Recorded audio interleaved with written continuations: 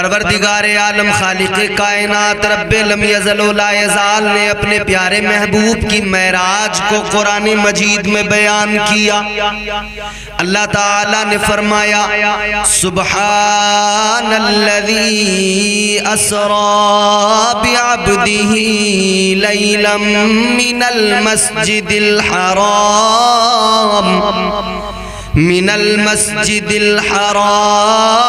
إلى المسجد الأقصى۔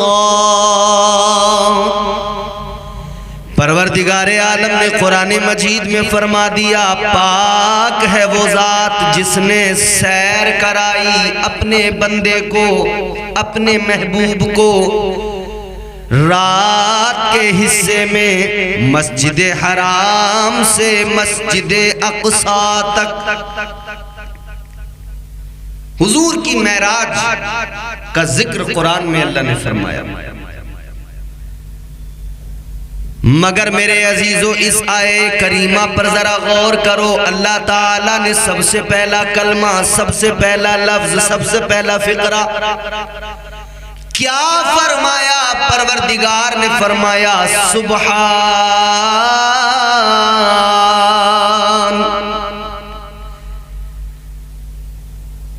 یا اللہ محبوب کی معراج کی بات ہے، اے پروردگار اپنے حبیب کے معراج پر جانے کی بات ہے، مگر تو نے بات کا آغاز کیا تو سب سے پہلے فرمایا سبحان، اپنی پاکی کا ذکر کیا تو نے۔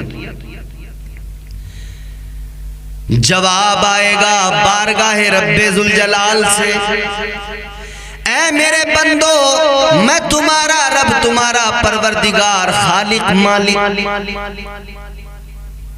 میں نے انسانوں کو پیدا کیا۔ جواب آئے گا کہ جب میرا محبوب معراج کرنے کے بعد لوگوں کو بتائے گا کہ میں نے رات کے ایک مختصر سے حصے میں معراج کی، میں عرش اعظم تک گیا، لامکاں تک گیا، رب سے ملاقات کی، جنت و دوزخ کو دیکھا، یہ تمام مناظر میں نے دیکھے، تو یہ مکے کے کافر کہیں گے یہ ہو نہیں سکتا، یہ کہیں گے یہ ناممکن ہے، یہ ہرگز نہیں ہو سکتا۔ رات کے مختصر سے حصے میں کوئی کیسے اتنا لمبا سفر کرے گا؟ کوئی کیسے مسجد حرام سے مسجد اقصیٰ تک چلا جائے گا؟ مسجد اقصیٰ سے کوئی کیسے عرش تک چلا جائے گا؟ کوئی کیسے لامکاں تک چلا جائے گا؟ پھر واپس بھی آ جائے گا؟ وقت کتنا؟ فرمایا گیا دروازے کی زنجیر ہلتی رہی، بستر گرم رہا، میرے آقا گئے معراج کی، سارے مناظر دیکھے، واپس بھی آ گئے۔ یہ لوگ انکار کریں گے، کہیں گے یہ ہو نہیں سکتا، یہ ممکن نہیں، تو قرآن مجید ان کے منہ پر زناٹے دار تماچا لگائے گا۔ قرآن کی آیت کہے گی اے عقل کے اندھو سنو، تمہاری عقل کہتی ہے رات کے مختصر سے حصے میں یہ ہو نہیں سکتا، کوئی عرش تک جا نہیں سکتا، کوئی آسمانوں کے پار جا نہیں سکتا۔ قرآن کہے گا ہاں یہ تمہارے لیے ناممکن ہے، مگر قرآن نے معراج کا ذکر کرتے ہوئے سب سے پہلے کہا سبحان۔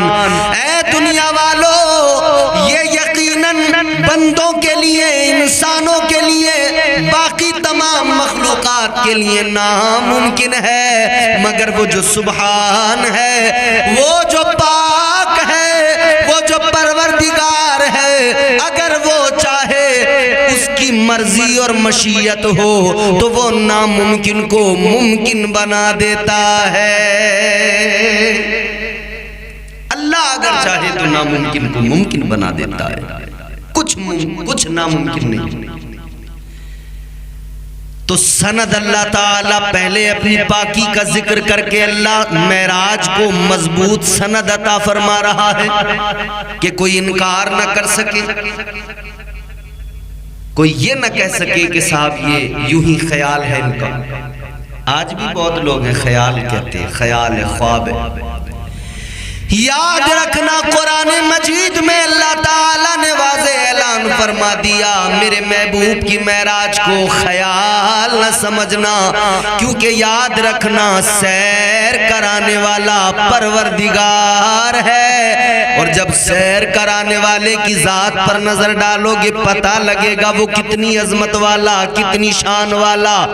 وہ پروردگار جو سپریم پاور ہے، جب وہ سیر کرائے تو جہاں تک چاہے وہاں تک سیر کرائے، جہاں تک لے جانا چاہے وہاں تک رب لے جائے۔ اللہ تعالیٰ نے معراج کرائی۔ اچھا ذرا اس کو بھی سمجھنے کی کوشش کرو، کیوں معراج کرائی، کیا ضرورت پیش آئی؟ حضرت موسیٰ علیہ السلام تو بارگاہ رب ذوالجلال میں بار بار عرض کرتے رہے، ربی ارنی انظر الیک، مولا مجھے جلوہ دکھا دے۔ حضرت موسیٰ علیہ السلام پروردگار کی بارگاہ میں عرض کرتے رہے، مولا جلوہ دکھا دے، اے پروردگار جلوہ دکھا دے، دیدار کرا دے۔ اللہ تعالیٰ نے فرمایا لن ترانی، نہیں موسیٰ تم نہیں دیکھ سکتے۔ اللہ تعالیٰ نے قرآن مجید میں اپنے دیکھنے کے تعلق سے یہ بھی اعلان فرما دیا، لا تدرکہ الابصار،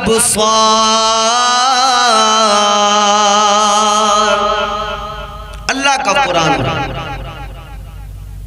بصارت، وہ آنکھیں اللہ نے عطا نہیں کی کسی کو جو اللہ کو دیکھے، اللہ کا دیدار کرے۔ موسیٰ علیہ السلام نے پروردگار کی بارگاہ میں عرض کیا، یا اللہ میں نہیں دیکھ سکتا، کوئی انسان نہیں دیکھ سکتا، تو مولا کوئی تو ہوگا جو تیرے جلووں کو دیکھے گا، کوئی تو ہوگا جو روبرو تجھ سے ملاقات کرے گا، کوئی تو ہوگا جو تیرا دیدار کرے گا۔ فرمایا پروردگار نے موسیٰ یہ شرف میں نے اپنے محبوب کو عطا فرمایا ہے، وہ آنکھیں میں نے اپنے حبیب کو عطا فرمائی ہیں جو میرے جلووں کو براہ راست دیکھ سکے، جو میرا دیدار کر سکے۔ اللہ تعالیٰ نے اعلان فرما دیا، بتا دیا، پردے اٹھے ہیں، جلوے اگر دیکھے ہیں تو محبوب نے دیکھے ہیں، پردے اٹھے ہیں تو محبوب کے لیے اٹھے ہیں، دیدار اگر رب کا کیا ہے تو تاجدار مدینہ نے کیا ہے۔ اللہ نے محبوب کو سیر کرایا۔ میرے حضور امت کو بڑا یاد فرماتے تھے، تاجدار مدینہ امت کے غم میں آنسو بہاتے تھے، ہم گنہگاروں کے لیے آقا روتے تھے۔ میرے مصطفیٰ کریم تاجدار مدینہ امت کے غم میں روتے آنسو بہاتے، یا اللہ میری امت گنہگار ہے۔ تاجدار مدینہ امت کے غم میں آنسو بہاتے، امت کے گناہ یاد آتے، اللہ کی بارگاہ میں رو رو کر عرض کرتے، مالک میری امت کو میرے حوالے فرما دے، رب حبلی امتی، رب حبلی امتی۔ لیکن ایک رات ایسی آئی، تاجدار مدینہ اپنی امت کے غم میں، اپنی امت کے غم کو اپنے خیال، اپنے دل میں لے کر، اپنی چادر لے کر اوڑھ کر لیٹ گئے۔ مصطفیٰ جان رحمت امت کے غم کو سمیٹ کر مزمل والی چادر کو اوڑھ کر آقا لیٹ گئے، آرام فرمانے لگے۔ غمگین ہے آقا۔ اللہ نے فرمایا حبیب کیا بات ہے، کیوں غمگین ہو؟ یا اللہ امت کے گناہ یاد آ رہے ہیں، امت کی فکر ہو رہی ہے، امت کے لیے غمگین ہوں، اپنے گنہگار امتیوں کے لیے میں مولا غمگین ہوں۔ اللہ نے فرمایا محبوب غم نہ کر، اے میرے محبوب غمگین نہ ہو۔ یا اللہ پھر کیا کروں؟ اللہ نے فرمایا حبیب اتنا کرو، اے میرے محبوب یہ جو کالی رات ہے،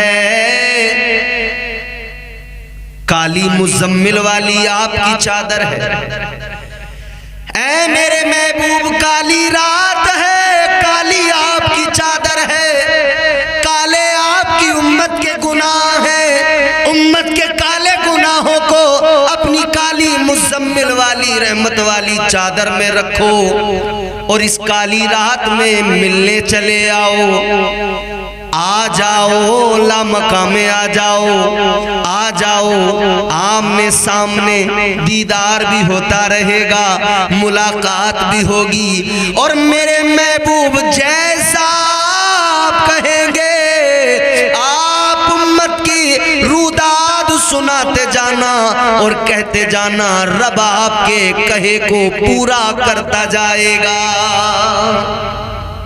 تمہارا رب تمہاری امت کی بخشش فرما دے گا۔ اللہ تعالیٰ کا یہ پیار ہے محبوب سے، اور حضور کا یہ پیار ہے امت سے۔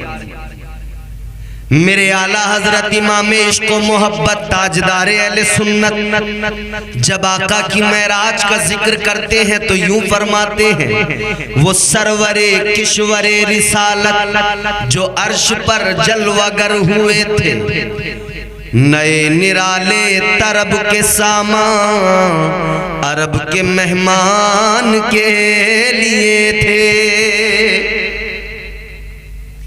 آپ کے یہاں پر، ہمارے یہاں جب کوئی شادی ہو، خوشی کا موقع ہو، گھر سجایا جاتا ہے، شامیانے لگائے جاتے ہیں، انتظام کیے جاتے ہیں، سامان لائے جاتے ہیں، نئے شامیانے، نئے پردے، نئے انتظام، نئی چیزیں۔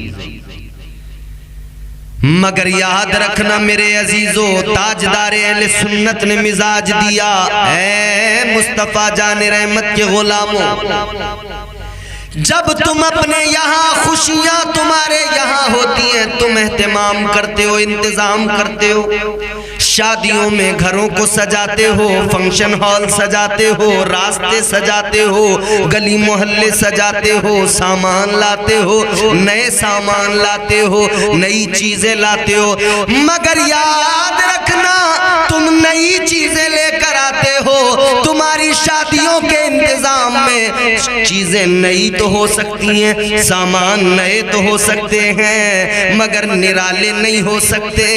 مگر محبوب خدا کی شان یہ ہے، جب معراج آقا کو ہوئی تو پروردگار نے جو اہتمام کیا، اللہ نے جو فرشتوں کو حکم دیا جنت کو سجاؤ، خدا کی قسم میرے اعلیٰ حضرت فرماتے ہیں، وہ جو انتظام تھا، وہ جو تمام سامان تھے، وہ صرف نئے نہیں تھے بلکہ وہ نئے بھی تھے، نرالے بھی تھے۔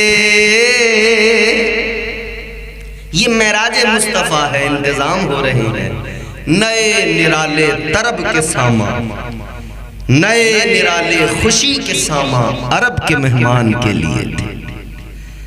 اللہ نے حکم دے دیا جنت کو سجاؤ، فرشتے جنت کو سجانے لگے، حوروں کو آراستہ کیا گیا، غلمان سجائے گئے، جنت کو سجایا گیا، جنت کو مہکایا گیا۔ جنت تو پہلے سے خوشبودار مہکی ہوئی، سجی ہوئی، مگر آج محبوب خدا آ رہے ہیں، اور زیادہ سجاؤ، مہمان جتنا اسپیشل ہو انتظام اتنا اسپیشل کیا جاتا ہے، مہمان جتنا اعلیٰ ہو انتظام اتنا اعلیٰ ہوتا ہے۔ اللہ تعالیٰ نے جنت کو سجایا، جنت کو سجانے کا حکم دیا، فرشتوں نے جنت کو سجایا، فرشتوں نے کائنات کو سجایا۔ اللہ اللہ، محبوب خدا معراج پر جانے والے ہیں، پروردگار عالم نے سجانے کا حکم دیا۔ میرے اعلیٰ حضرت نے اسی لیے کہا، وہ سرور کشور رسالت جو عرش پر جلوہ گر ہوئے تھے، نئے نرالے طرب کے سامان عرب کے مہمان کے لیے تھے۔ اور فرماتے میرے امام، بہار ہے شادیاں مبارک، چمن کو آبادیاں مبارک۔ مبارکباد ہمارے یہاں بھی دی جاتی ہے نا، شادی ہو رہی ہے، مبارکباد دینے والے آتے ہیں، کہتے ہیں مبارک ہو۔ کسی نے نیا مکان لیا، لوگ آ کر مبارکباد دیتے ہیں، مبارک ہو۔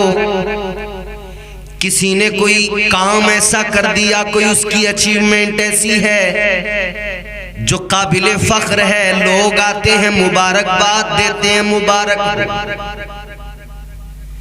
یاد رکھنا میرے عزیزوں، ہمارے یہاں جب کوئی ہم ایسا کام کرتے ہیں مبارکباد دینے والے لوگ آتے ہیں، مگر یہ مبارکباد دینے والے انسان ہوتے ہیں۔ اور جب میرے آقا کو معراج ہوئی تب مبارکباد دینے والے اللہ کے فرشتے تھے۔ بہار ہے، شادیاں مبارک، چمن کو آبادیاں مبارک، ملک فلک اپنی لے میں یہ گرانا دل کا گھولتے تھے۔ ملک فلک اپنی لے میں یہ گرانا دل کا بولتے تھے۔ میرے حضور کی معراج ہے، بلبل سدرہ کو حکم ہو گیا، جبرائیل جاؤ براق لو جنت سے اور جا کر محبوب کو لے کر آؤ۔ بلبل سدرہ، طائر سدرہ، جناب جبرائیل امین جنت میں جا رہے ہیں۔ ادھر جنت میں سارے براق منتظر ہیں، ہمیں لے جائیں، ہمیں لے جائیں، یہ شرف ہمیں ملے۔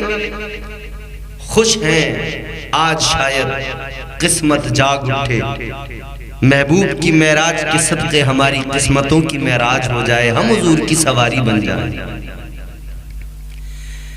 مگر جنت میں جہاں سارے براق مگن ہیں، خوش ہیں، مسرور ہیں، وہیں ایک براق ہے جو رو رہا ہے، آنکھوں میں آنسو ہیں، غمگین ہے۔ بلبل سدرہ نے فرمایا، اے براق سب تو خوش ہیں، مگن ہیں، تو کیوں رو رہا ہے؟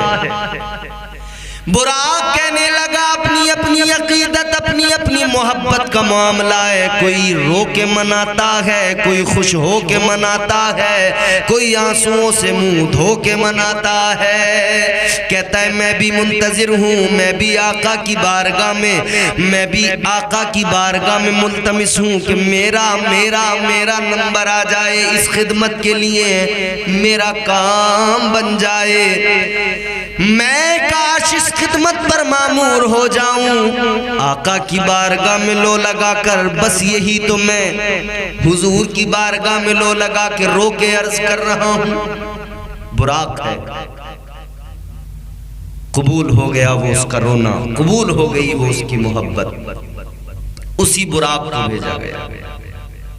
مگر میں یہاں پر ایک بات عرض کرتا ہوں، کئی سرپھرے لوگ کہتے ہیں کہ صاحب یہ معراج جو آپ بیان کرتے ہیں،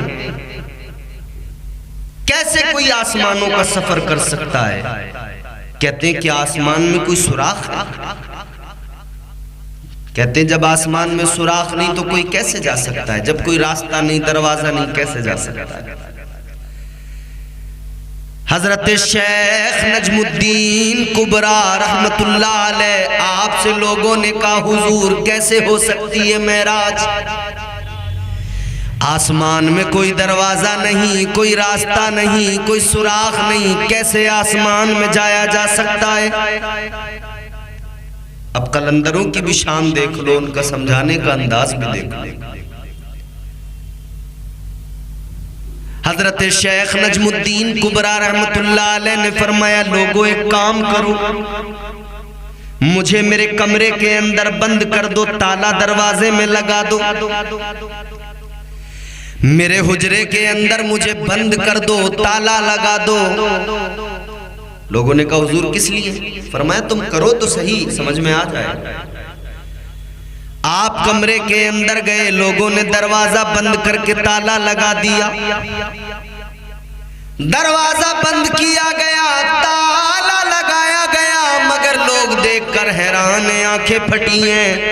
حضرت شیخ نجم الدین کبریٰ کمرے کے اندر سے باہر بھی آتے ہیں، اندر بھی جاتے ہیں، لوگوں نے دیکھا حیران ہو گئے، عرض کرنے لگے اے اللہ والے اتنا تو بتا دو یہ کیسے ہو سکتا ہے، یہ کیسے ممکن ہے؟ اللہ والے نے فرمایا سنو یہ دور کی نہیں طور کی بات ہے، یہ موسیٰ کی نہیں حضور کی بات ہے۔ فرمانے لگے سنو اللہ تعالیٰ بلانے والا وہ اس کمرے سے نکلنے کے لیے راستہ دے سکتا ہے تو محبوب کو بلانے کے لیے عرش میں بھی وہی پروردگار آسمانوں میں بھی راستہ دے سکتا ہے۔ پھر وہی بات رب کے لیے ناممکن نہیں ہے۔ آسمان اسی نے تو بنائے ہیں، وہ جہاں سے چاہے راستہ بنا کر محبوب کو بلا لے۔ بلبل سدرہ زمین پر آئے، فرشتوں کو ساتھ لے کر آئے، امام الانبیاء تاجدار مدینہ والی کائنات آرام فرمائے۔ بلبل سدرہ نے عرض کیا مولا زمین پر ہم پہنچ گئے، محبوب کو کیسے لائیں؟ اے پروردگار تیرا حبیب تو آرام فرما رہا ہے، محو استراحت ہے آقا۔ اللہ نے فرمایا جبرائیل تیرے لب بنائے گئے کافور کے، محبوب کے تلوے ہیں نور کے، ذرا اپنے لبوں کو حبیب کے تلووں پر رکھ دے، یہ ٹھنڈک محسوس کریں گے، بیدار ہو جائیں گے۔ ایک بات قابل غور ہے، حضور کی راتیں جاگ کر گزرتی تھیں اکثر، اللہ کی عبادت میں مصلی پہ کھڑے ہو کر رات رات بھر اللہ کی عبادت، رات رات بھر قیام، رات رات بھر اللہ کا ذکر۔ وہ محبوب خدا جو ساری رات جاگ کر اللہ کی عبادت کریں، اللہ تعالیٰ قرآن مجید میں خود فرمائے یا ایھا المزمل قم اللیل الا قلیلا۔ اللہ تعالیٰ محبوب کو خود فرمائے حبیب اے یہ رحمت والی مزمل والی چادر اوڑھنے والے محبوب ساری ساری رات نہ جاگا کرو، اتنا نہ جاگا کرو، اتنا عبادت میں خود کو ساری ساری رات کے لیے نہ لگایا کرو، کچھ کم کرو۔ تاجدار مدینہ والی کائنات مصطفیٰ جان رحمت کے پیارے دیوانوں غور سے سنو، آقا راتوں کو جاگ کر اللہ کی عبادت میں راتیں گزارتے ہیں، راتوں کو جاگ کر عبادت کرتے ہیں، مگر جب آئی 27 رجب المرجب، جب یہ شب آئی، تاجدار مدینہ والی کائنات جہاں عادت یہ ہر رات جاگنا ہے، رب کی عبادت کرنا ہے، آج کی رات مزمل والی چادر کو اوڑھ کر آقا لیٹ گئے، آرام فرمانے لگے۔ کیوں؟ وجہ یہ ہے کہ آج پروردگار خود بلائے گا اور آج امت کا کام بن جائے گا، آج امت کی بخشش ہوگی، آج امت کے لیے رحمت کے دروازے کھولے جائیں گے، گنہگاروں پہ آج کرم ہوگا۔ بلبل سدرہ زمین پر آئے، آ کر دیکھا زمین پر اندھیرا، تاریکی ہے، فرشتوں نے دیکھا تاریکی ہے، اندھیرا ہے۔ آج بھی آپ لوگ دیکھتے ہیں بالعموم آخری راتیں جو ہوتی ہیں جب چاند چھپ جاتا ہے، مہینے کی آخری راتیں، وہ 3-4 راتیں، اس میں جب چاند چھپا رہتا ہے تو اندھیرا رہتا ہے۔ بلبل سدرہ فرشتوں کے ساتھ آئے، زمین پر اندھیرا، فرشتوں نے عرض کیا بلبل سدرہ زمین پر تو اندھیرا ہے۔ بلبل سدرہ نے فرمایا ایک کام کرو، نور کی مشعلیں جلاؤ، نور کی قندیلیں روشن کرو۔ فرشتے حکم پا کر بلبل سدرہ کا سید الملائکہ نے حکم دیا ہے، قندیلیں نور کی روشن کی جا رہی ہیں، نور کی مشعلیں جلائی جا رہی ہیں۔ اللہ تعالیٰ نے فرمایا جبرائیل تاخیر کس لیے ہے، دیر کس لیے ہے؟ بلبل سدرہ عرض کرنے لگے مولا اے میرے پروردگار،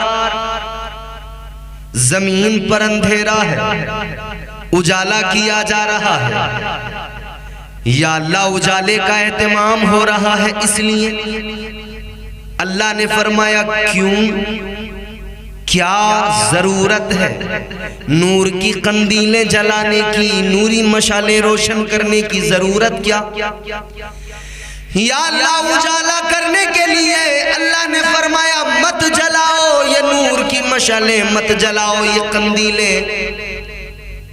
اے طائر سدرہ، اے سید الملائکہ، محبوب کو حسن ایسا لاجواب عطا کیا گیا ہے۔ رب نے فرمایا میں نے اپنے محبوب کے حسن کو اپنی صفات کے 70,000 پردوں میں چھپا کے رکھا ہے۔ اے سید الملائکہ، میرے محبوب کے رخ سے ایک پردہ ہٹاؤ، ایک پردہ ہٹاؤ گے ساری کائنات منور ہو جائے گی، ساری زمین پر اجالا ہو جائے گا۔ میرے مصطفیٰ ہیں بڑی شان والے، میرے مصطفیٰ ہیں بڑی شان والے، اندھیروں میں ہنس دیں تو کر دیں اجالے۔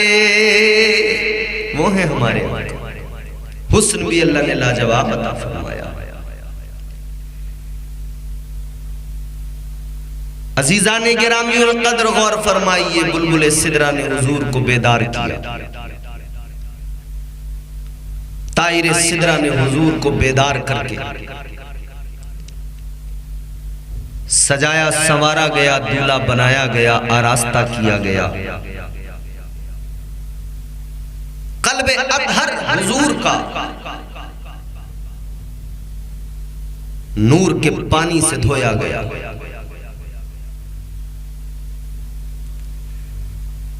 عزیزان گرامی القدر، آقا کو تیار کیا گیا، آراستہ کیا گیا، دولہا بنایا گیا۔ معراج کے دولہا، یہاں دنیا میں بھی دولہا بنتے ہیں مگر معراج کے دولہا کی شان الگ ہے۔ یہاں دنیا میں کوئی دولہا بنتا ہے بڑی خوشی ہوتی ہے، دولہا بنایا جا رہا ہے، باپ خوش، بھائی خوش، بہنیں خوش، رشتہ دار خوش،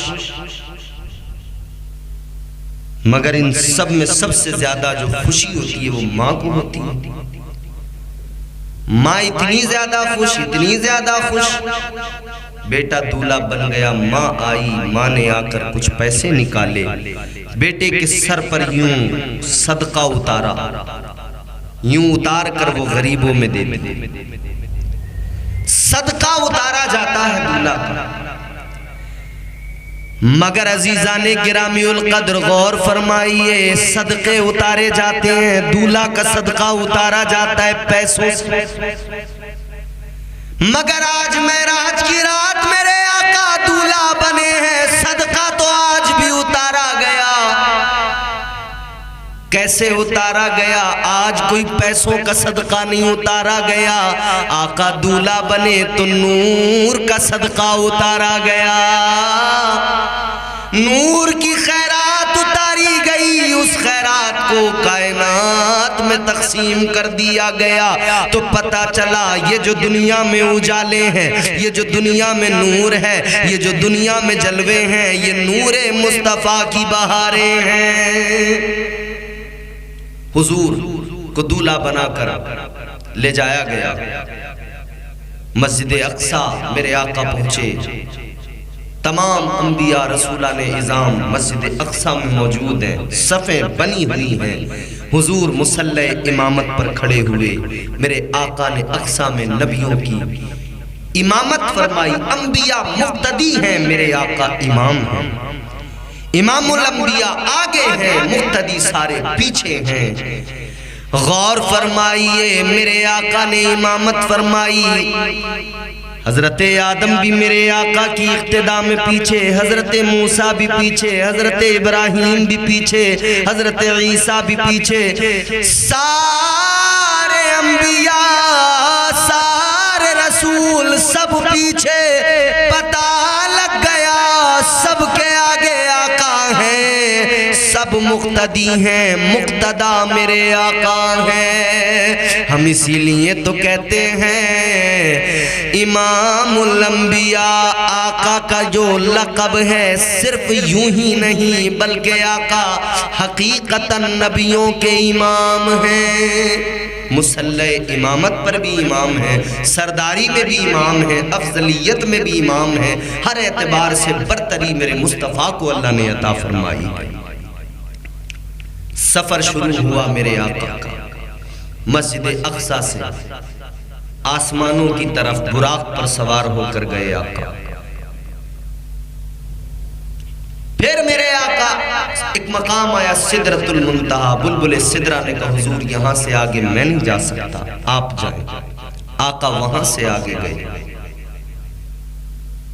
عرش اعظم پر پہنچے لامکاں پہ پہنچے ہم اسی لیے تو کہتے ہیں انبیاء میں حبیب خدا کون ہے انبیاء میں حبیب خدا کون ہے آپ ہیں یا نبی دوسرا کون ہے انبیاء میں حبیب خدا کون ہے عرش اعظم پہ پہنچے تو رب نے کہا عرش اعظم پہ پہنچے تو رب نے کہا آ بھی جاؤ تمہیں روکتا کون ہے انبیاء میں حبیب خدا کون